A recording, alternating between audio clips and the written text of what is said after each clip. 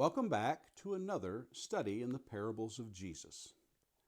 Our parable today comes from the Gospel of Matthew chapter 7, verses 24 through 27, the parable of the wise and foolish builder. Beginning in verse 24, "Everyone then who hears these words of mine and does them will be like a wise man who built his house on the rock. And the rain fell, and the floods came, and the winds blew and beat on that house, but it did not fall, because it had been founded on the rock. And everyone who hears these words of mine and does not do them will be like a foolish man who built his house on the sand. And the rain fell, and the floods came, and the winds blew and beat against that house, and it fell, and great was the fall of it." One of the great engineering projects in recent times has been the building of the Mackinac Bridge in Michigan. The bridge now spans the lower and upper peninsulas of Michigan, and it is just over 5 miles in length. Depending on how you measure bridges, either by total length or span or anchorage to anchorage, this bridge is one of the longest in the world when it was built. For over 100 years, engineers and dreamers had tried to come up with a way to build a bridge across the Straits of Mackinac. Whatever method they came up with, they knew that the structure had to be anchored on bedrock. People who pass by the initial work of skyscrapers wonder why the progress seems so slow moving forward when they don't see the building itself go up. It's because the foundations need to be anchored well below ground, and that takes time, but it is time well spent. For as the foundation goes, so goes the structure. Our parable today is one of the earliest recorded in the ministry of Jesus.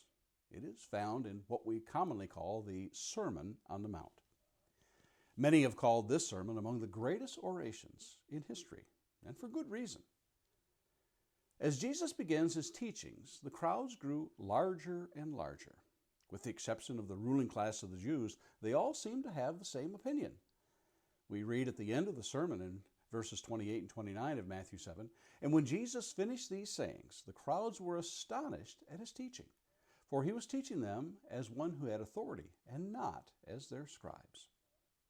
However, there are other groups that seem to have been less than won over by his teaching.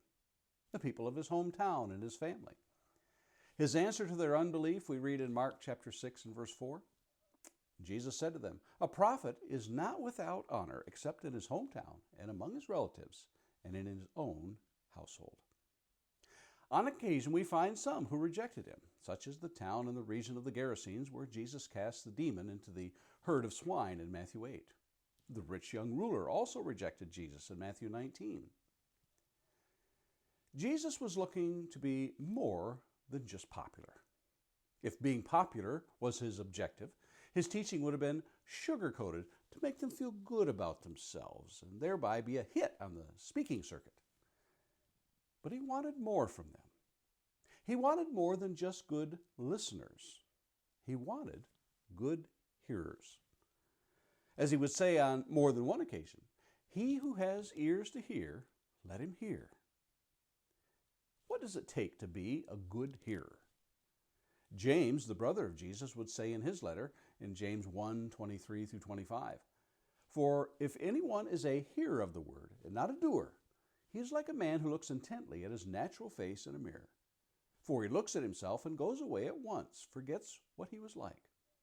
But the one who looks into the perfect law, the law of liberty, and perseveres, being no hearer who forgets, but a doer who acts, he will be blessed in his doing."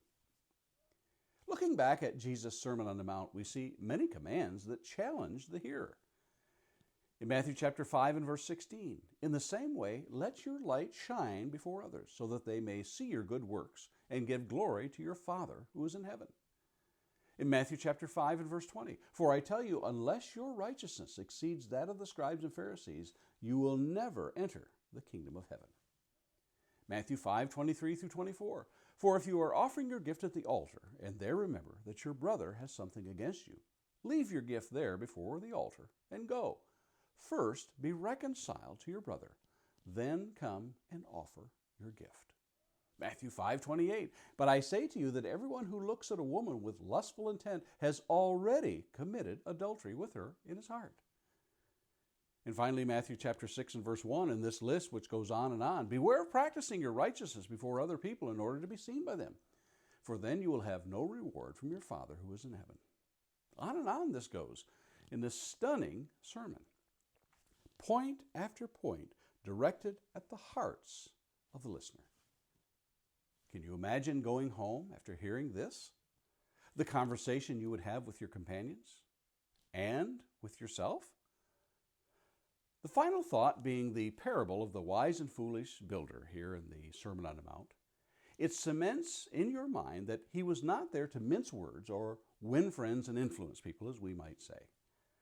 But Jesus was there to help people build on a bedrock foundation that cannot be washed away. Should sermons today be any less impactful from the Word of God? Has the Word of God convicted your heart? And Lord willing, let's meet here again tomorrow and look at another parable of Jesus.